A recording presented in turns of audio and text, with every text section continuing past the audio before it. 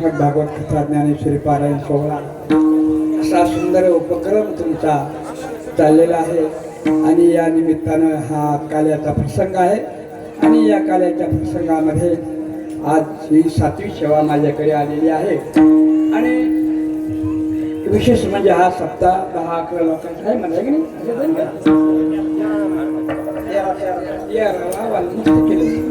13 मिळून लोक आहेत ठीक आहे नाही 13 जण मिळून आहे. खूप आनंदाची गोष्ट आहे. असाच आशीर्वाद तुम्हाला फक्त बंद पोळी देऊ नका कारण कसं आहे कटाळ्यासारखं करू नका. देवात कटाळ्याला काही होत नसतं. संसारात कटाळा माणसा संसारात कटाळा आणि महाराज भाव ती महाराज फिरणार नाही. मला काही तर बैसोनी कराय कचित्त आवडी आनंद असं महाराज राहायचं. सत्य करत फिरायचं नाही बाकीचं नाही. एकांताला का म्हणे आम्हा एकांताचा वास ब्रह्मी ब्रह्मरस शिव सदा संसारामध्ये कटाळलेल्या माणसानं हे केलं. हो तसं खूप सुंदर आनंदाची गोष्ट आहे.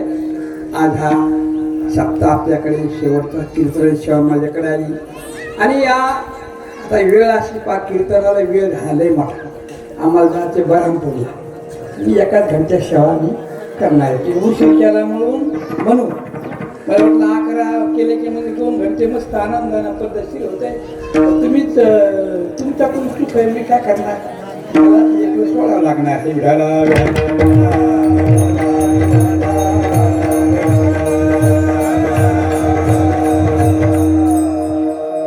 जास्त होईल माझा आपण तुमच्याकरता.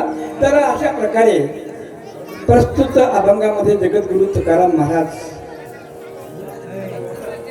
ते गोपाळ जे सर्व आहेत ते गोपाळ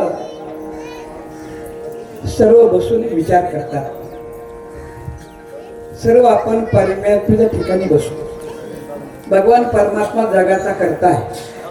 श्रुती सांगती तस्मात वा संभूत आकाशात वायुराग्नी अभ्य पृथ्वी किंवा येतो इमानि जायन्ते येन जातानि जीवन्ति यत् प्रविशन्ति च विशन्ति च.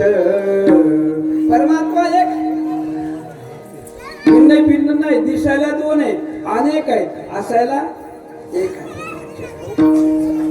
जेव्हा परमात्मा एकटा होता त्यावेळेस परमेश्वराने स्वतः विचार केला आणि एकोहम विश्याम मी एक असताना पुष्कळ सावू अर्थात मी एकटा करून पुष्कळ सावू. ज्याप्रमाणे हरभऱ्याचं बीज आपल्याकडे असतं आपण हातामध्ये एक बीज घेत असतो पण ते एक बीज आहे पण ते दिसायला एक आहे नासायला त्याच्यामध्ये दिसतं आपल्या 2. ज्यावेळेस ते बीज पेरल्यावर लावल्याबरोबर वरचं जे पडदा आहे तो पापडदा आहे तो निघून जातो. त्याच्यामध्ये 2 खपल्या असतात आणि मग 2 खपल्याच्या काय होतात मग वृक्षाच्या रूपानं झाडाच्या रूपानं ते निर्माण होतं. मग त्या झाडाला अनेक घाटे येतात बरोबर आणि अनेक घाटे आणि अशा प्रकारे प्रत्येक एका बीजापासून जसे अनेक घाटे तयार होतात तसा एका परमात्म्यापासून हे सर्व ब्रह्मांड तयार झालेलं आहे. आणि ते बी का परमात्मा एकमेव अद्वितीय ब्रह्म ने नानास्ति किंचन दुसरं काहीच नाही. अद्वैत असं स्वरूप आहे. पण एकटा माणूस करता की एकट्या माणसाला कर्म ते मला सोबती कोणती दारू पिणारा तो म्हणतो काय चल ना मला सोबती माझ्या एकट्या चोरी करणं सुद्धा म्हणतो आपण सोबती कोणती पाहिजे एकट्याला काय करा. पंढरपूर जायचं म्हटलं काय म्हणतो एकटाच काय चल ना तू आपण जाऊ दे काय. तसं भगवंताला एकट्यामध्ये असतं जीवाला कर्म तसं देवाला सुद्धा कर्मत नाही कंठत नाही. म्हणून एकले न कंठेची म्हणणे आई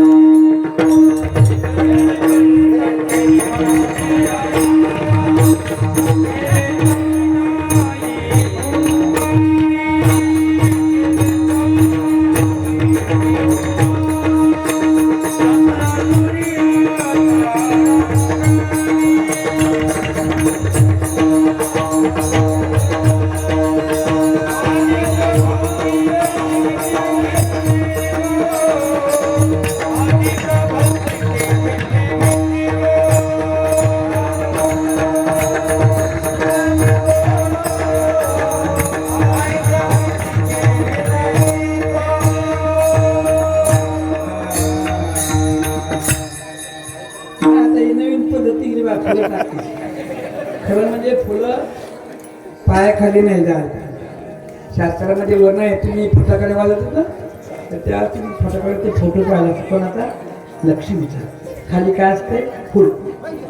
फुलामध्ये लक्ष्मीचा वास. आता महाराज लोकांना बरं वाटत आहे, लोकांना त्याच्यापेक्षा बरं वाटत आहे. गळ्यातला हार गळ्यातच असावा आहे का नाही. पायीची वाहनं त्याला पायाखाली बुटाखाली वगैरे योग्य नाही, बरोबर नाही. त्यामुळं असं तर म्हणून लक्ष्मीचा वास असल्यामुळं अनादर होतो लक्ष्मी. फुलं पायाखाली गेले वगैरे असं आता ते प्रथा झाल्यासारखी झाली. मोठाले महाराज मुकडच बुटासकट त्याच्यावर जाते. काय इलाज झाला. रूढी फार विचित्र असते का परंपरा. रूढीला शास्त्र नसतं बरं. रूढीला काही शास्त्र नसतं. रूढी म्हणून म्हटलंय शास्त्रामध्ये योगात रूढीर बलीयसी. योग म्हणजे शास्त्र. शास्त्रापेक्षा रूढी बलवान असते, शक्तिमान असते. शास्त्र लोक करत नाही पण रूढीचं करतात. काही गोष्टी शुभ काही अशुभ गोष्टी करतात. लग्न झालं की साडे झाले की मला सांगितलं म्हणून मला माहिती आहे, मी काही लग्न केलं नाही पण लोक सांगत की महाराज साडे झाले की सासऱ्याच्या देवाला जाणं लागतं. आता गेले की गेले सर्व गेले असतात. तिथं काय करावं लागतंय रंगनाथ स्वर बरोबर आहे. आता ब्रह्मचारी आश्रमातून गृहस्थ आश्रमात पदार्पण किती शुभ वेळ आहे, चांगली वेळ आहे का नाही. सुरुवात कशाला होते चोरीनं. हिमाघराती चोरामध्ये देव देवातला देव चोरतो. आता एक शास्त्र नाही बरं का, ही रूढी आहे. योगात रूढीर बली. पोळा आला की हनुमंताच्या मंदिराला येडे घालायचे काय बैल घेऊन. आता सांगायचं हनुमंताचा बैलाचा काय संबंध आहे का. ते कधी कोणाचा अवतार गेला कदा आपण वावरे काहीच नाही ना. पण एक रूढी आहे, परंपरा आहे. वास्तविक लग्न झाल्यावर शुभ कार्य आहे पण चोरीचं अशुभ कार्य आहे. तसं इथं रूढी याने केलं त्याने केलं त्याने केलं. ते मुसलमान मस्जिदमध्ये नाही का असं झालं. ते बसले नमाज पडाय बसले आणि सर्व एकामागे बसले. कसं करणं ते मागच्या माणसात झोप गेला. त्यानं पुढच्या माणसाच्या पाठीवर हात ठेवला. ते नमाज पडलं पाठीमागून धुना हात लागला. दुसऱ्या तिसऱ्या मौलीपर्यंत गेला. ये बोलिए क्या बात है, बोले पीछे से आ रहा है. ये कोई बात नहीं, बोले पीछे से आ रहा है, हमको क्या पता. अशी सांगायचं म्हणजे रूढी आहे. असो तर भगवान परमात्मा एकमेव अद्वितीय ब्रह्मणे नानास्ति आपुला तो एक देव करून घ्यावा तेने विना जीवा सुख नये. असा अद्वैत परमात्मा आहे.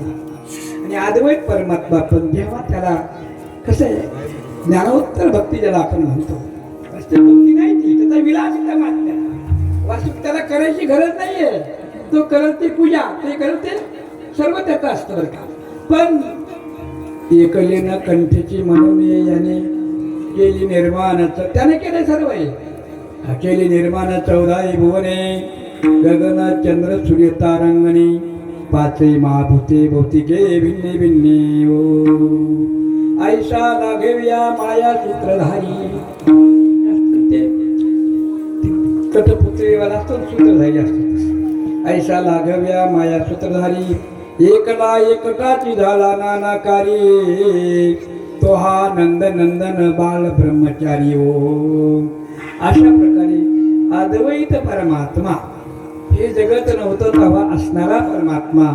पण रममान ऐको एको अहम बहुश्याम. मी एक असताना पुष्कळ हो. हे जे कल्पित द्वैत त्याने केले निर्माण जगत सर्व. हे कल्पित द्वैत जगत निर्माण त्याने केलं आणि त्याच्यामध्ये प्रवेश त्यानंच केला विठ्ठला.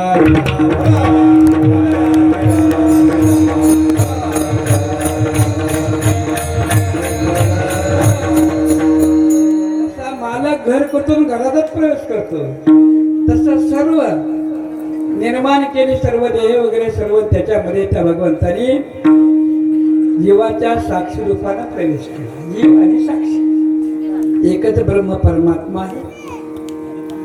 शास्त्रामध्ये ब्रह्म ब्रह्म चैतन्य ब्रह्म परमात्मा समजून देण्याकरता त्या ठिकाणी त्याला ईश्वर साक्षी जीव साक्षी अशा प्रकारे शास्त्र चिंतन सांगितले. आणि शास्त्र चिंतन सांगितल्यानंतर शेवटी सर्वात मुळात एक ब्रह्मतत्व परमात्मा आहे. सर्व कल्पित आहे. आधी द्वैत, नंतर ज्ञान झाले की त्याचा बाद झाला अद्वैत, आणि अद्वैत स्वरूप प्राप्त झाले की नंतर त्या अद्वैताला एकोहम विषम असं कर्मन म्हणून त्याने हे सर्व माया रचली. आणि या मायेमध्ये सर्व अरे कसे त्या त्या भगवंताची माया जी आहे ते माया जी आहे तिच्या दोन शक्ती आहेत. एक शक्ती आहे ती आवरण शक्ती आहे आणि एक आहे विक्षेप शक्ती. जसं दोरीवर साप दिसला, त्या सापच्या खरा असतो का, खरा दिसतो, खरा असतो तर नाही ना, दिसतो फक्त, खरा असत नाही. पण त्या मुळात काय असते, दोरी, पण दिसतोय साप. सापामुळं साप दिसला का दोरीमुळे दिसला? सापामुळं दिसला नाही, दोरीमुळं दिसला नाही, दोरीच्या अज्ञानामुळे दिसला. ते अज्ञान दोरीचं होतं त्यामुळे साप दिसला. बरं आग ते कसं काय दिसला? तर मला ते जे दोऱ्याच्या ठिकाणी अज्ञान आहे त्या अज्ञानाच्या दोन शक्ती असतात. एक असते आवरण, एक असते विक्षेप. आवरण शक्ती दोरीला झाकून टाकते आणि विक्षेप शक्ती साप दाखवते. तसा ब्रह्म परमात्मा त्याची माया, त्या मायेमुळं तो परमात्मा त्या ब्रह्माला आवृत्त करतो आवरण शक्तीनं, आणि विक्षेप शक्तीनं त्या ब्रह्मावर त्या परमात्म्यावर हे सर्व जगत दिसतं विक्षेप शक्तीनं. आणि अशा प्रकारे हे विक्षेप जगत दिसणारं जे आहे वास्तविक कसं आहे, माया मात्रमिदं द्वैतम अद्वैतम परमार्थ. जेवढं दिसतं हा वास्तव ते असतं नाहीये, दिसतं. लक्षात ठेवा, परमात्मा दिसत नाही पण असतो. परमात्मा त्याच्या महिमेने तो तुमचा सगुण साकार रूप घेईल, तुमचे कामं करण, भक्ताचे कामं करण, हे मायेला आचरून करतो. वास्तव त्याचं मूळ स्वरूप काय आहे, अद्वैत असा आहे. असा जो परमात्मा आहे, आणि तो परमात्मा जेव्हा गोकुळामध्ये कृष्ण रूपाने आला, गोकुळीच्या सुखा अंतपार नाही का, याप्रमाणे, किंवा जेव्हा तो जन्म नाही घ्या, आपल्याला जन्माची सवय आहे पण आपण देवाला जन्माला घालतो. लक्षात वास्तविक तो कसा आहे म्हणले, तो जन्मत नाही, प्रगट होता. मी म्हटले की प्रगट भयो भगवान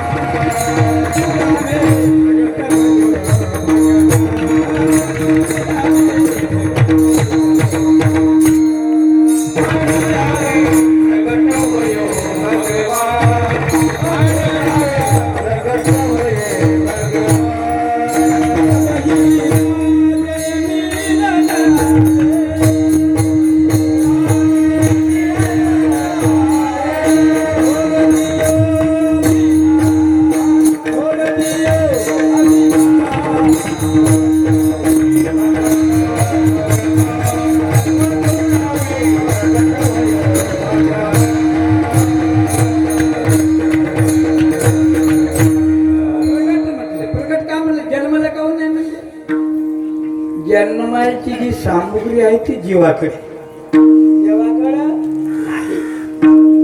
जन्माला काय पाहिजे, संचित पाहिजे. जन्माला काय पाहिजे, प्रारब्ध पाहिजे. जन्माला काय पाहिजे, क्रियमान झालं. संचित प्रारब्ध क्रियमान. म्हणून देवाकडे एकही नाही, संचित नाही, प्रारब्ध नाही, क्रियमान नाही. देवाला जेवढं काही करतो देव दिसतो आपल्याला, तो करता म्हणून करत नाही. ते अभिज्ञात असं अभिज्ञात असतो. अभिनय एखादा करतो सिनेमामध्ये, त्या फुलनदेवीची नक्कल केली, अभिनय केला पिक्चर मध्ये. फुलनदेवीनं एका वेळेस तिनं 41 माणसं मारले. त्यावेळेस मी काशीला होतो, भोलानंद विद्या भवन मध्ये. तिथे आज नावाचा अखबार असतो, आज त्याचं पेपरचं नाव आहे आज. तिथे आमच्या हॉस्टेल आहे भोलानंद विद्या भवन. तिथं सर्व संन्यासी साधू दशनामीच तिथे विद्यार्थी पण शिकायला असतात. तिथं बंगालचं इकडे बंगालच्या महात्म्याने केलेलं. तिथं आम्ही जवळजवळ आपल्या पूर्ण भारतातले 2-2 1-1 अशा प्रत्येक प्रांताचे महाराज लोक. तर तिथं रोज पेपर यायचा लायब्ररी असायची. तिथं मी वाचलं, आम्ही सांगायचं नाही. त्या फुलांना 41 माणसं एवढे तिला धरण्याकरता भयंकर जिकडं तिकडं तिच्यावर केसेस, पोलीस बेजार कोणाच्या बापाला सापडले. जे जाऊन बसले कुठं, चंबलच्या घाटीमध्ये. चंबल नदी आहे, बिहड चंबलच्या नदीमध्ये असे घाटी येतं, असे मोठमोठे म्हणजे रिकामीच असे टेकडे आहेत. जसं आपल्या जुन्या काळातल्या गड्या असतात ना, गड्या त्या पांढऱ्या मातीच्या, तसे गड्यासारखे 50-50 40-40 फूट उंच असे टिले. मग ते पोलीसवाले त्याच्या बापाला पतात लागायचं नाही, तेवढाच कमायचं. कोण आडवी झाड नाही. पूर्ण त्या चंबलच्या घाटीमध्ये कधी तुम्ही गेले रेल्वेना दिल्लीला चालले की चंबल घाटी लागते मला, त्यावेळेस तुम्हाला पाहायला मिळेल चंबल घाटी. सर्व असे म्हणजे पोलीसच्या बापाने मिळच लागत नाही. किती पोलीस गेले, मारले गेले, असे ते पोरं. तिनं जे काही करता म्हणून केलं त्याच्यामुळे तिच्या मागे पोलीस होती. आता त्याचीच नक्कलचा पिक्चर निघाला. मग ज्या बाईने ती नक्कल म्हणून केली, अभिनेता म्हणून केली, अभिनय केला फुलांचा, त्याच्या पाठीमागे कोण लागलं का, त्याच्यावर केस झाली का, काऊन झाली नाही का, तिनं अभिनय केला. खरं नाही, करता म्हणून नाही, करता आणि अभिनेता. आपण संसारामध्ये राहायचं, करता म्हणून नाही राहायचं. करता करविता भगवान परमात्मा असं आपण कोण करणार आहे. पण आपलं लेनात हे मी केलं, हे मी केलं, हे मी केलं. प्रत्येक जीवाला घेऊन जास्त काही केली का फुगलं, आमच्यामुळे झालं, आम्ही केलं. असं काही तर माणसं अशी विचार काय सांगायचं तुम्हाला. बापाच्या जन्मामध्ये किंवा बापाच्या काळामध्ये काही नाही झालं, चांगलं याला योग आला बिचारायला, झालं पैसे आले, बंगले, गाड्या घोड्या, जेसीपी पोचलं, अमुक धमुक. मग याला अभिमानान म्हणलं हे आपलं बापाचं काय नाही.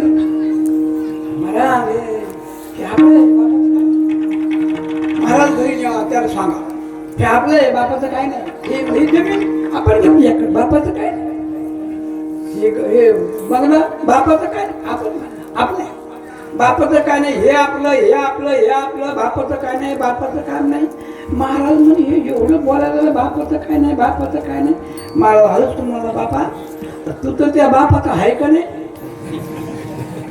अरे याचं नाही त्याचं नाही म्हणतो, एवढा अभिमान तुला कशाला पाहिजे. अरे तुझ्या बापाने तुला जन्माला घातलं नसतं, तो एवढे केलं असतं का. हा अहंकार आहे मला म्हणून खांदे भार पोटी भार हाच आहे. प्रत्येकाला अभिमानाचा भार आहे असं सांगायचं तात्पर्य. म्हणजे म्हणून अभिनेता संसारामध्ये राहिलं की अभिनेता वापर कोण करीत परमात्मा आणि कोणी मुनिमे. अशी जी भावना आपण प्रपंचामध्ये राहिलो तो संसार बाधक नाही.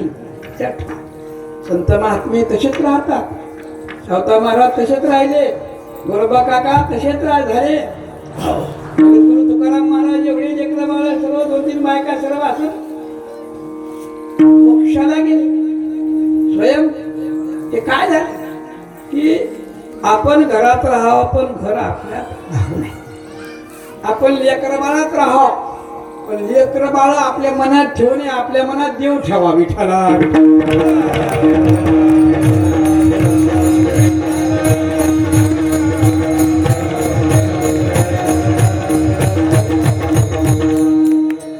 कारण त्या परमात्म्याचं आपल्या खरं नातं आहे, खरा संबंध. संसाराचं आपलं काय नाही. संसार काय, संसार म्हणजे काय, संसर्गिक संसार हे सारखा वाढत जातो, सारखा सरकत राहतो, सरकत राहतो, सरकत राहतो. तुमचं गाव 25 वर्षापूर्वी केवढं होतं, बारीक होतं. जे सरकत ते गेलं टेकड्यावर. कमी धोकत असं करते पती विस्तार धातू प्रपंच शब्द होतो, ज्याला विस्तार आहे. आधी एकटा होता, पुढे एक मुलगा झाला, मला 4 मुलं झाले, 4 मुलं नातू झाले, वाढत गेलं. तसा संपूर्ण विस्तार संस्कृती संसार आहे. या संसारामध्ये आपण राहावं, पण संसार आपल्या ठेवू नये. ज्यावेळेस सुदामाचा सोन्याचा महाल बांधला भगवंताच्या दूतानं जाऊन विश्वकर्माच्या, आणि सुदामजी देवान द्वारकेहून वापस आले आणि त्यावेळेस आणि मग पाहिलं सर्व महाल पूजा वगैरे सर्व केली. विचारलं सुदामजी, म्हणले का झाले? म्हणजे तुम्ही गेले 2 दिवसांनाच झालं. सुदामजी सोनची बायको होती ती बिचारी, तिचं नाव खूप सुंदर येतं काय अशा प्रकारे. ती म्हणली तुम्ही देवाला मागितलं असं? ते मला मागितलं नाही. देव मागणाऱ्याला देत नसतो, न मागणारा देत असा देवाचा स्वभाव. देव म्हणतो माझी भक्ती करतो, मला मागतो नाही. माहिती का भिकार तर कुठला नंबर 1चा भिकारी असतो. तुम्हाला देतो माझ्याकडून मागतो. देवाला ती बिलकुल आवडत नाही. तुम्ही मागितलं नाही ना, मग दिलं कसं काय? अरे म्हणजे आपण त्याची भक्ती करतो, भक्ती आपण करतो, मागत नाही. आपण भक्तीमध्ये देणं असतं, भक्तीमध्ये मागणं नसतं. तुम्ही देवाची भक्ती खूप करायची, पण मागायचं काहीच नाही मागायचं.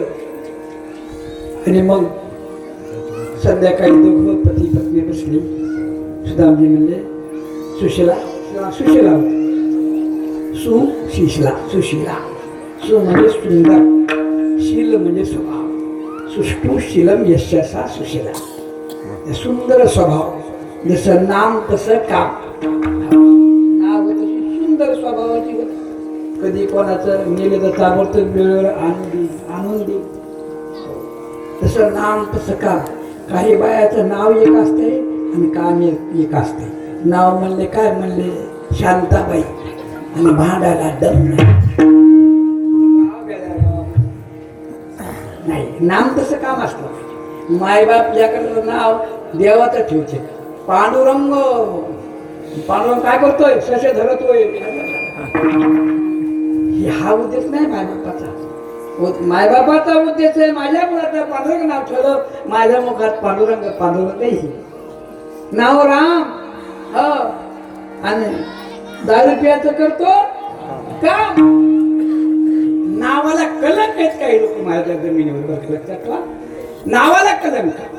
राम नाव, विठ्ठल नाव, कृष्ण नाव. मायबापा हौशीन नाव ठेवते. पुढचं हौशीन दारू पिऊन कुठं पडत. मग कीर्तन प्रवचन ऐकायचे, त्याचा काही बदल झाला पाहिजे. सरे महाराज ओघाल उपयोग एक काहीच बदल नाही असं नाही. लक्षात, आपण जर सरकीवर जर प्रवचन जर शिकलं तर ताबडतोब फरक पडतो का नाही?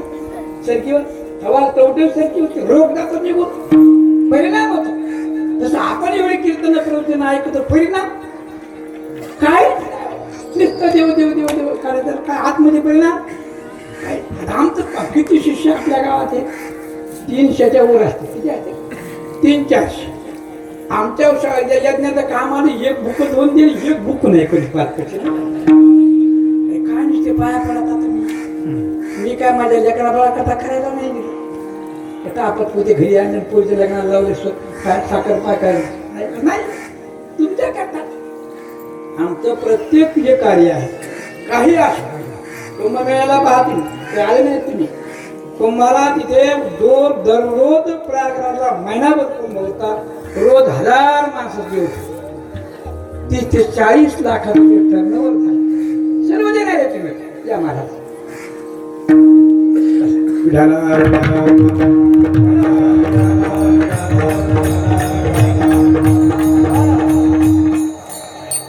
महिनाभर जालना जिल्हा, औरंगाबाद सर्व लोक यायचे. निलर लोक आले ते काहीतरी बाबा बरं झाला ते राहिले. ते म्हणले यांना आमच्या सेवकांनी सेवा केली चांगली व्यवस्थित. ते म्हणजे महाराज आम्ही येऊ, काल विमानानं आलो आहे, पुन्हा आम्हाला इथं कोणी जागा देईन. कोणी आम्हाला ओळखलं? सांगायचं तात्पर्य म्हणजे काय की तुम्ही जेवढा परमार्थ करता दाखवण्याचा करू नका. कृतीचा करा. देवाकडे थोडं दिलं, अरे देव म्हणतो तू एका हाताने दे, एका हाताने दे, मी तुला 1000 हाताने देणाराचे हात 1000. देव मग तू एक दाना पेर, यावरचा एक दाना तुझं माझ्या जमिनीत पेर, तुला मी 1000 दाणे देतो. देवाची लीला आहे माझी. त्याकरता म्हणून सांगतो, अशा कधी बी लक्षात ठेवायचं, देवाला दान द्यायला कधी हायगाई करायचीच नाही, तेच तुम्हाला काम येणार आहे.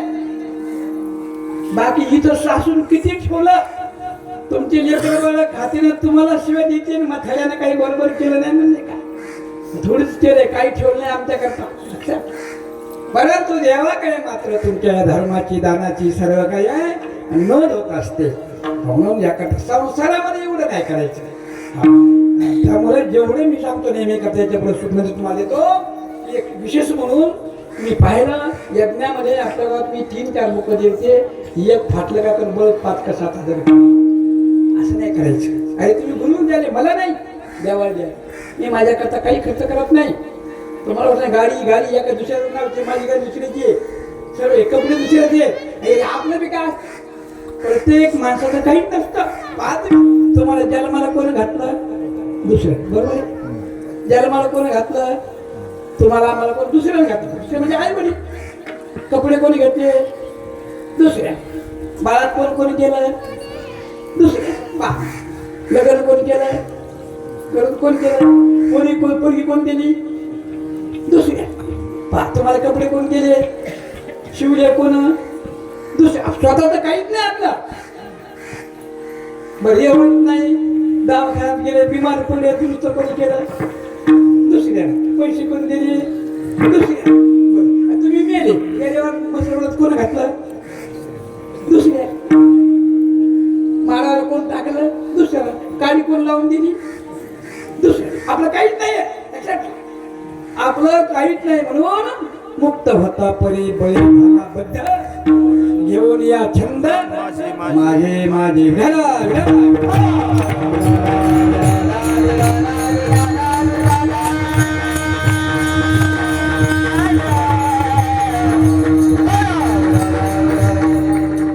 ब्रह्म परमात्मा आहे ते आपल्या जीवनामध्ये केंद्र असावं. आपल्याला त्या ईश्वराकडे केंद्रगार हिंदे आकाशी तिचे तुमच्या घरामध्ये तुमचं लक्ष देवाकडे, देवालयामध्ये देवाकडे लक्ष असावं. याप्रमाणे म्हणून सर्व गोपाळ बसले आणि बसल्या सर्व गोपाळ म्हणतात, चला वळू गाई बैसू जीव एके ठाई. म्हणजे भगवंताने सर्व केलं, आपण सर्व गायी. आता गायी म्हणजे काय, गाई म्हणजे काय, आता गो शब्द संस्कृतमध्ये गाईला, गो म्हणजे गाय, गो शब्द आहे. आता गो म्हणजे गाय असा शब्द अर्थ होतो, आणि त्या गो शब्दाचे अनेक अर्थ आहेत. गो म्हणजे गाय, गो म्हणजे राजा, गो म्हणजे पृथ्वी, आणि गो म्हणजे इंद्रिय. 4 अर्थ आहेत त्यामध्ये गो शब्दाचे. आता इथं आपल्याला गाय घ्यायची नाही, राजा घ्यायचा नाही, पृथ्वी घ्यायची नाही, काय घ्यायचं, इंद्रिय घ्यायची. काय ह्या इंद्रिय काय आहेत आपल्या, ह्या गायी आहेत बघा. चला वळू गायी. गायी म्हणजे काय, या गायी इंद्रिय. किती गाय आहेत आपल्याकडे देवाने, किती असतात महाराज, किती गायी आहेत, 11 गायी आहेत. पण त्या 5 ज्ञानेंद्रिय, एक पाहणारी गाय, एक ऐकणारी गाय, एक चाखणारी गाय, बरोबर आहे, एक स्पर्श करणारी गाय, आणि एक वाज घेणारी गाय. याला म्हणतात ज्ञानेंद्रिय. पाहणारे कोण आहे, डोळे. ऐकणारे कोण आहेत, कान रूपी गाय. चाखणारी कोणती, रसन रूपी गाय, जिभेच्या शेंड्यावर असते. इंद्रिय 5 ज्ञानेंद्रिय, 5 कर्मेंद्रिय. कर्मेंद्रिय कोणते, वाक, पाणी, पाद, उपस्थ आणि गुदा. हे वाणी, हात, पाणी, वाक म्हणजे वाणी म्हणजे बोलणारी. सर्व इंद्रियामध्ये जिव्हाचे एक इंद्रिय असे 2 कामं करते. एक बोलायचं काम करते, दुसरं चाखायचं काम करते. एक इंद्रिय एक आहे, जीभ एक आहे, पण 2 काम. याप्रमाणे या सर्व गायी आहेत. ऐकणारी गाय, हो. आता ह्या गायी देवाच्या शेतात चालायला पाहिजे. लोकांच्या वावरात चालल्यावर काय करावं लागतंय? स्वागत होतंय की नाही? मारिती तोडती जोडीती नुसती देवाचं वावर कोणतं आहे म्हणले? समजा कान दुप्पी गाय आहे. आता हे कुठं देवाचं गाव कोणतं आहे म्हणजे कोणतं शेत आहे देवाचं? तुम्ही आहे खरे का?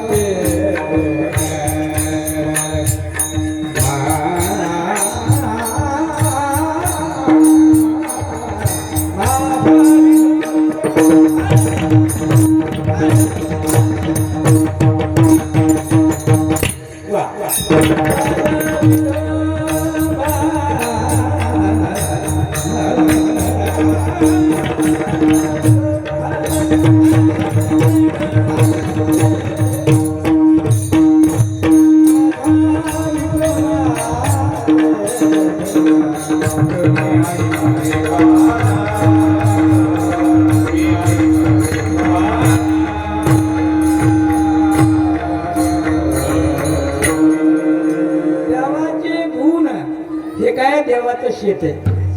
ही गाय तिकडे गेली पाहिजे. डोळे गाय आहे. डोळे गाय देवाकडे काय म्हणले? डोळे तुम्ही घ्या रे सुख.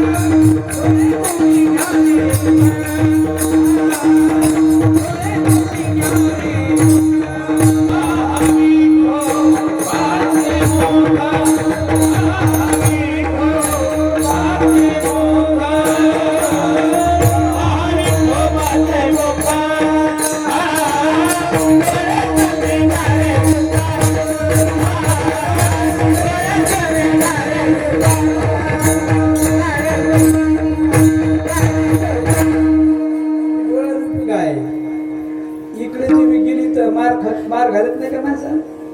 घालतील आहे का? हे डोळे रूप काय कुरकुळ दुसऱ्या शेतात लागले वाकड तिकडे पाहायला मारतात. काही गाय इंद्रिय रूपी गाय आहे, याला सांभाळून वापरायचं. गाय मग या मन रूपी काय आहे? हा बुद्धिरूपी याच्यामध्ये सारखी आहे. ह्या गायी कुरकडे जाऊ द्यायच्या नाही.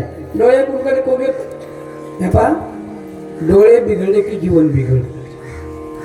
तो आजामळ नावाचा होता ब्राह्मण, पण त्याला असेच एक दुष्ट व्यक्ती वेश्याबरोबर गमन करताना पाहिलं, डोळ्यातून ते आत गेलं. माणसाच्या जीवनामध्ये सर्वात जास्त पाप जर असेल तर डोळ्याच्या माध्यमात, कारण डोळे असे नेहमी उघडे असते. मुद्दाम मन लावून पाहायचं काम नाही, ऑटोमॅटिकच उघडे आणि काही समोर येत. हा त्या आजार वेळाने ते दृश्य पाहिलं, ते त्याच्या मनात घुसलं, त्याच्या जीवनाचा नरक झाला. म्हणून ज्याचे डोळे बिघडले त्याचं जीवन बिघडलं.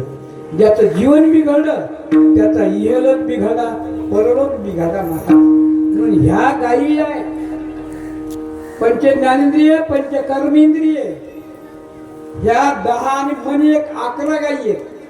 ह्या 11 गायी आपल्या जीवरूपी गुराख्याला सांभाळायला गेल्या. आणि आपण सर्व कसे गुराखी आहेत, गायी राखणारे आहेत. याप्रमाणे तसं त्या ठिकाणी सर्व बसले. गोपाळ शेतामध्ये गायी चारा नेलत्या. म्हणजे आता दुपारची वेळ झाली, म्हणजे चला वळू गायी जेवायची वेळ, बैसू जेऊ एक एक खाई.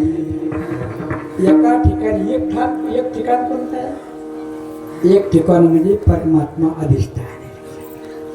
सर्व गायी घेऊन एका ठिकाणी बसायचे. एक ठिकाण कोणते? परमात्मा अधिष्ठान. परमात्मा ब्रह्म परमात्मा सर्व जगाचा अधिष्ठान आहे. प्रत्येक गोष्टीचं अधिष्ठान ब्रह्म आहे. आणि ब्रह्म म्हणजे चैतन्य. म्हणून वेदांत शास्त्रात सिद्धांत आहे.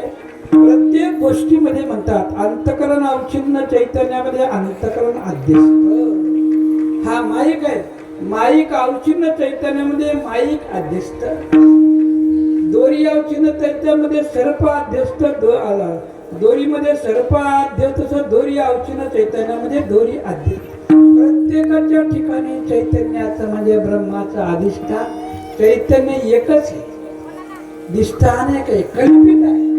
कल्पना केल्या खूप झाल्या पण एकच आहे. जसं आकाश एक आहे पण कल्पनेनं घटातला आकाश, मठातला आकाश, तोंडातला आकाश, कणगीतला आकाश हे सर्व आकाश भिन्न भिन्न पण आहे काय एक आहे. तसं म्हणले चला कोडू गाई बैसू जेऊ एके ठाई एके एका ठाई म्हणजे परमात्म्याच्या ठिकाणी. जीव म्हणजे काय? जो ब्रह्मानंद आहे की ज्या ब्रह्मानंदाचा त्या आनंदामध्ये कधी कमीपणा येत नाही. जेवढं खाऊ तेवढा आनंद वाढत जाईल. संसारामध्ये विषयाचं तसं नाही. संसाराच्या विषयाचा आनंद हळूहळू कमी होतो. आज तुम्ही लग्न झाले की नवरदेव नवरी 2-4 वर्ष एवढे खुश असतात महाराज विचारू नका. ती त्याच्याकरता जेवत नाही, ही तिच्याकडे जेवत नाही. जिंतरून ही प्रकारच्या घरी जेवण जेवण आलं त्याला हॉटेल करून ती घरी उपाशी जेवत आहे, जेवत नाही. पण एकदा का 40-45 पुढे गेले पोरं वाई निघाले. म्हातारा एकीकड म्हातारी एकीकड. आता म्हातारी लहान्या पोरा, म्हातारा मोठ्या पोरा. लहान सुंदर चप्पल होती, चटकन स्वयंपाक करून खाऊ घालायची. म्हाताऱ्यामध्ये जेवण झालं तर हो तुमचं पहिले एकत्रित जेवत होते. आता वायली निघले, सुटला संसार आपोआपच. प्रेम सुटलं, आकर्षण संपलं. विषयाचा आनंद जसा जसा संपर्क वाढत राहील, दिवस वाढत राहतील, वर्ष वाढत राहतील, हळूहळू हळूहळू प्रेम कमी होत. सुरुवातीला एवढं प्रेम मालकावर गाईच असते मला त्याला खावं. पण तेच पोरग झालं की प्रेमाची वाटणी झाली. तूप वाढता वाढता तो मला टाकणं तू बाजून टाकणार किती खाता पोरग राहिले ना माग. म्हणजे गेलं न खावा तर पोरानं मागे ठेवते. प्रेम वाढले शेवटी शेवटी फाडकं तिथं काम येतात. जे काय प्रेम असे विषय. जसं बासुंदी तुम्हाला पहिली वाटी खाताना जेवढा आनंद वाटतो तेवढं दुसऱ्यावर लागतो. पहिला फुरका पहिली वाटी जो मला हक्क माणूस, दुसरी आता उलटी होईल कमी नाही. पण हे मात्र हा जो आनंद आहे हा बैसू जीव एके ठाई. एक ठाव म्हणजे भगवान परमात्मा. जेवण म्हणजे त्याचा आनंद, ब्रह्मानंद. तो हा विषयाचा आनंद कमी केला होता. काही एखाद्यानं कधी न भेटणारी स्कॉर्पिओ गाडी घेतली किंवा इनोवा घेतली. अहो कोणाच्या बापाला चाबी देत 5-7 महिने झाले की मग झालं प्रेम कमी. याच्याकडे 2-4 वर्ष झालं कोणीही लक्षात नाही. पहिला जो आनंद त्या गाडीबद्दल होता, आकर्षण होतं, गाडी कोण द्यायचे आनंद बरं वाटलं. पण एकदा संपर्क वाढवे, दिवस वाढत गेले की त्या गोष्टीबद्दल आकर्षण कमी कमी विषय. पण इथं हे नाही. बैसू जेऊ एके ठाई. एकदा का त्या आनंदाला महाराज प्राप्त झाला रे झाला तो कमी नाही होत. उलटा त्याची टेस्ट, त्याची चव चवी चवी घेऊ.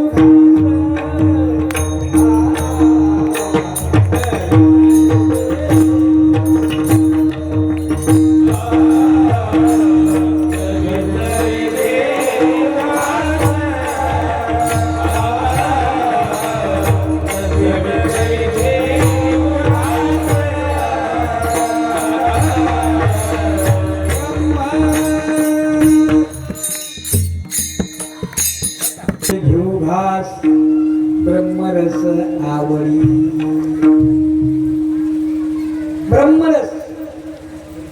वाढत चव वाढत जाते. संसारात चव वाढत कमी होती. बाया नाव घेतात, नवीन नवऱ्याचं लय नाव घेतात, आवडून घेतात पण म्हातार पण मकर संक्रांत आली 70-75 वर्षाची म्हातारी वाण द्यायला आली. बाकीच्या बाहेर घ्या तुम्ही नाव आली, तुमचं उद्घाटन आली. तुमच्या आता काय नावात चव राहिली का? पहिलं होतं तुमच्या काळात, आता काय त्या नावात काय चव राहिली काय? ते हा त्याचं काय असं काम आहे म्हणजे ते मोठ्या पोरात मी लहान पोरात काय आमचं रोज मिळत भेट नाही काहीच नाही. आता सांगायचं म्हणजे प्रपंचामध्ये संसारामधल्या विषयामध्ये संपर्क वाढत वाढत गेला की आपोआप प्रेम हे कमी कमी होत राहतं. पण हे तसं नाही. म्हणून म्हणजे सर्व आम्ही एका ठिकाणी बसू आणि येऊ का काम एवढा मोका आला म्हणले. पण म्हणजे याच्या आधी काय झालं दुसऱ्या चरणात सांगतो.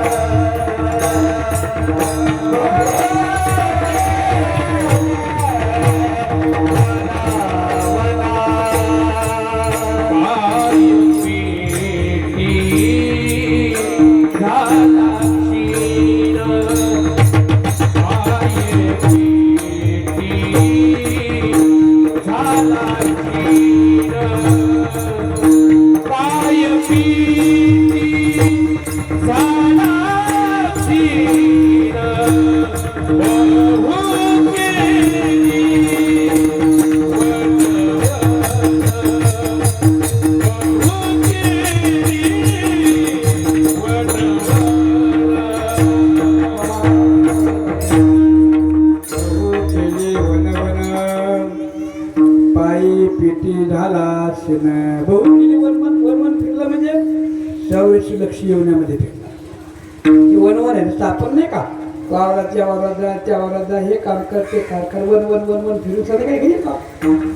तसं हा जीव बहु केली बहु वनवन वनवन काय येवण्या 84 लक्ष येवण्यामध्ये फिरला. बहु केली वनवन जलजा नवलक्षश्च दशलक्षश्च पक्षिणः कूर्मयोर्दलक्षश्च 20 लक्षश्च गवारयः 30 लक्षश्च वृक्षादयः.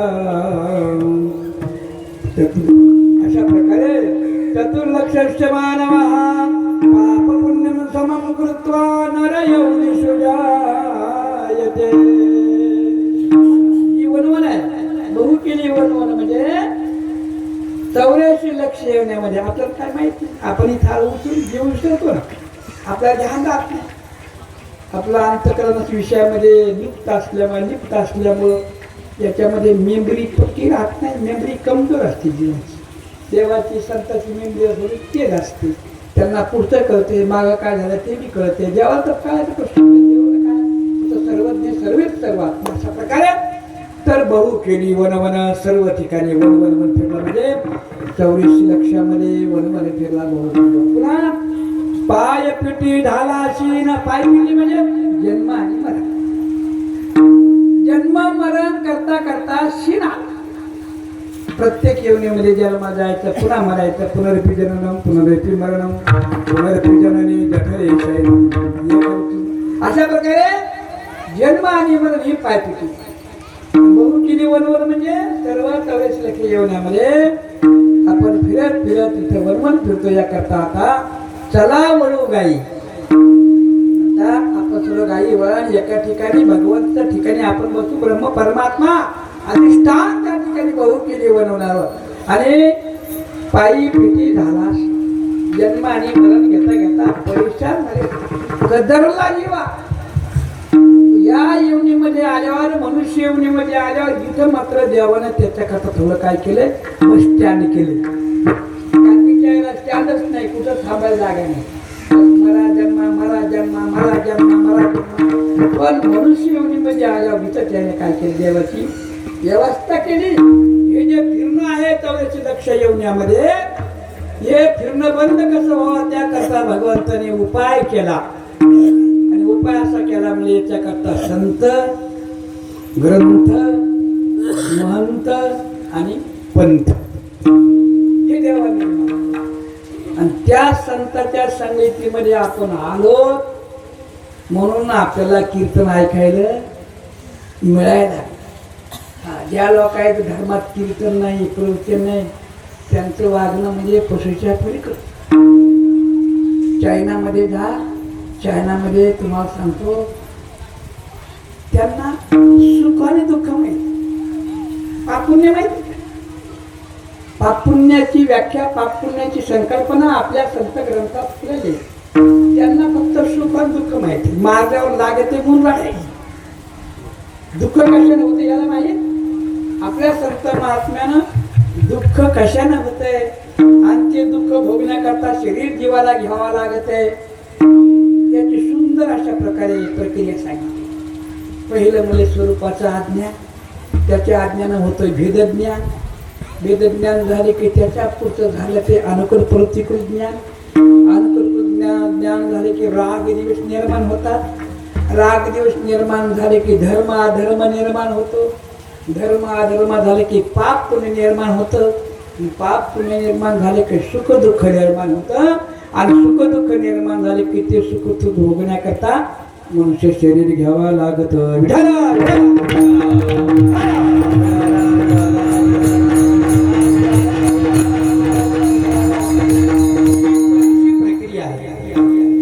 बहु केली वन अनेक एवढ्यामधून फिरत आलो आपण.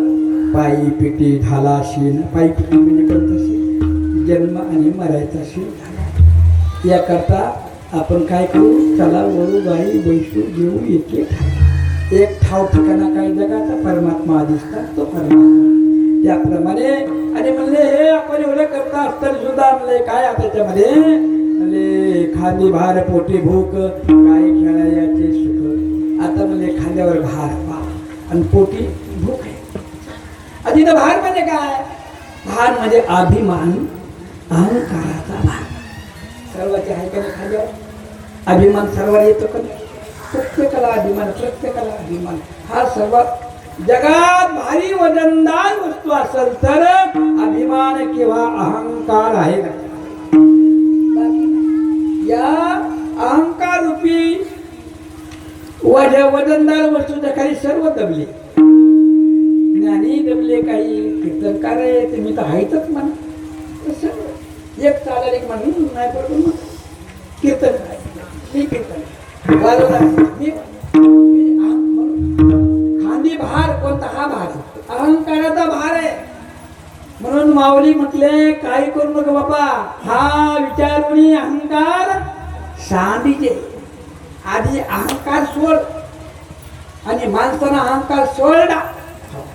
काही काही महात्म्या शिकत नाही. असे एक महात्मे होते गंगादेवजी महाराज. त्या सगळं 200-400 महात्मे असे कपडे. फक्त एक कपडा गुंडाळायला 12 महिने बर्फ पडतं काशीला या महिन्यामध्ये जानेवारीमध्ये वगैरे.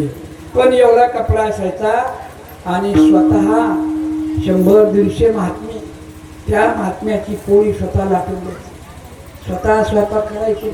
कोणी महात्मा आला की त्याची सेवा. रात्री 12च्या नंतर संडास सर्व स्वतः धुवायचे. सर्व संडास. कोणी एखादा महात्मा गेला, ज्ञानस्वामी मोठा महात्मा तो द्या ना हातात नाही बघा की त्याला काढून तुला आधी काढून नाही केलं याचं नाही मी करतो माझं काय नाही. म्हणजे एवढा अहंकार सोडून काम करत. कोणी महात्मा बिमार पडला कोणाला म्हणायचं नाही तू दवाखान्यात घेऊन द्या, स्वतः. एक महात्मा तर असा बिमार पडला त्याला उलट्या संडास. त्या महात्म्यानं अशा हाताने भरल्या संडास. ते उलटी झाली होती. उलटी हाताने भरली त्या महाराजांना. गंगादेवजी महाराज त्या शिष्य आता मोठमोठे बनले झाले ना. सांगायचं तात्पर्य म्हणजे की अहंकार शून्य जीवन जगणारा माणूस हे सुखी असतो. अहंकारामुळे एवढं दुःख होतं. मनासारखं नाही झालं की दुःख झालं. सासूबाईला अहंकार सुनळ मग ऐका जास्त किंवा धर्म सासूबाई बिघडली दुःख झालं मी काय कुठून ऐकतच नाही. आणि नाही ऐकू दे बोलू तुला काय करायचं? तू आपल्या देवाचं भजन कर. नाही अहंकार काय आणि हा अहंकार जन्मजन्मी आहे. या जन्मात आगामी जन्मात अहंकार सर हा पशुमध्ये अहंकार आहे. कुत्र्याला तर भाकडा दुसरं कुत्र तर खाऊ देत नाही. काही काही तर बारीक कुत्रे आहे, कुत्रे मोठे कुत्रे झाले मोठे स्वतःच पोराला खाऊ देत नाही. मला काही मी हा अहंकार. इतर म्हणले काही नाही. हा खांदी भार पोटी भूक. भूक कशाची? सुखाची. अहंकार जवळ आहे पण सुख प्राप्त करावं लागते. अहंकार जवळ आहे पण देवाचं भजन करून देवाची प्राप्ती करून घ्यावा. अहंकार मला आडवा आल्यामुळे होत नाही, लवकर मिळत नाही ना. हा रोज आम्ही कीर्तन करतो पण आम्हाला अहंकार तो अहंकार देवाला जाऊ देत नाही. अहंकार आडवा येतो. सर्व कारणीभूत अहंकार आहे. नाही एवढं काय जगाची उत्पत्ती अहंकारापासून. जेव्हा शास्त्रात बोलत अव्यक्तात महत्तत्व ब्रह्मणो अव्यक्त अव्यक्तात महत्तत्व महत्तत्वात अहंकार. आणि अहंकार मग पंचतन्मात्रे पंचमहाभूताने पंचमहाते महाभूतेभ्यो अखिलम जगत ब्रह्मांड. म्हणून अहंकार हा श्रावण पोटी खांदी भार पोटी भूक काय खेळा याचे सुख. अहंकार घेऊन जर तुम्ही जगत असला तुम्हाला कधी सुख मिळणार. ध्यानात ठेवा. अहंकार कधी ठेवायचा नाही. मी पैशावाला आहे, मी श्रीमंत आहे. कोणाला रूपाचा अहंकार, कोणाला धनाचा अहंकार, कोणाला जमिनीचा अहंकार, कोणाला घराचा अहंकार, कोणाला विद्याचा अहंकार. जेवढे माणसाला प्राप्त झालेली विद्या म्हणा धन म्हणा हे अहंकार सोडून जगणारा व्यक्ती सुखी. अहंकारावाल्याला कधी म्हणून हा खांदी भार कोणता? अहंकाराचा. पोटी भूक. कोणती भूक? आत्मस्वरूपाची भूक. सच्चिदानंद स्वरूप आहे आत्मा ब्रह्म. अशा प्रकारे ही जी भूक आहे त्यामुळे ही भूक ठेवून अहंकार सांगितलं काय खेळायचे. तुम्हाला खेळणं म्हणजे संसारामध्ये वावरणं. तुम्हाला इथं सुख मिळणार नाही. जर तुम्ही अहंकार करत बसले लोक तुम्हाला अहंकारी आहे त्याच्यात नाद लावू नका. अहंकार म्हणून हा खांदी भार पोटी भूक काय खेळायचे सुख. बहु केली वन वन पायी किती झाला शिन. तुका म्हणे धावे. सर्व म्हणलं आता घरभर करा जेवायची. बसलो आपण जेवायला था सर्व जेवायला बसलो. कारण चला बोलू गाई बसू जेऊ एके ठाई. आपण जेवायला बसलो पण गडबड करा म्हणजे आता तुका म्हणे धावे मग अवघे बळवे. अर्थात इथं प्रपंचामध्ये आल्यावर सर्व काय गाई ह्या आपल्या इंद्रिय सर्व आवरायचे. इंद्रियाच्या मागे जायचं नाही. डोळ्याला बरं वाटलं ते नाही, शास्त्राला बरं वाटलं ते पाहायचं. कानाला ऐकायला बरं वाटलं ते नाही, शास्त्रानं सांगितलं तेच ऐकायचं. जिभेनं शास्त्रानं सांगितलं तेच बोलायचं. याप्रमाणे यांची नेमणूक शास्त्रात धरून करा. सर्व कामं करा पण देवाला धरून करा. कारण गोपाळानं चोऱ्या केले पण देवाला धरून कृष्ण कन्हैयानं संग घेतलं चल चोरी करा. तसं देवाला धरून कामं केली म्हणून तुका म्हणे धावे. धावे म्हणजे गडबड करा. तुका म्हणे धावे मग आघवे बरवे. आगे बरवे. याप्रमाणे सर्व काही गडबडीनं तयार करा. आणि शेवटी वास्तविक पाहिलं तर याप्रमाणे तुका म्हणे धावे मग अवघे बरवे भोपार.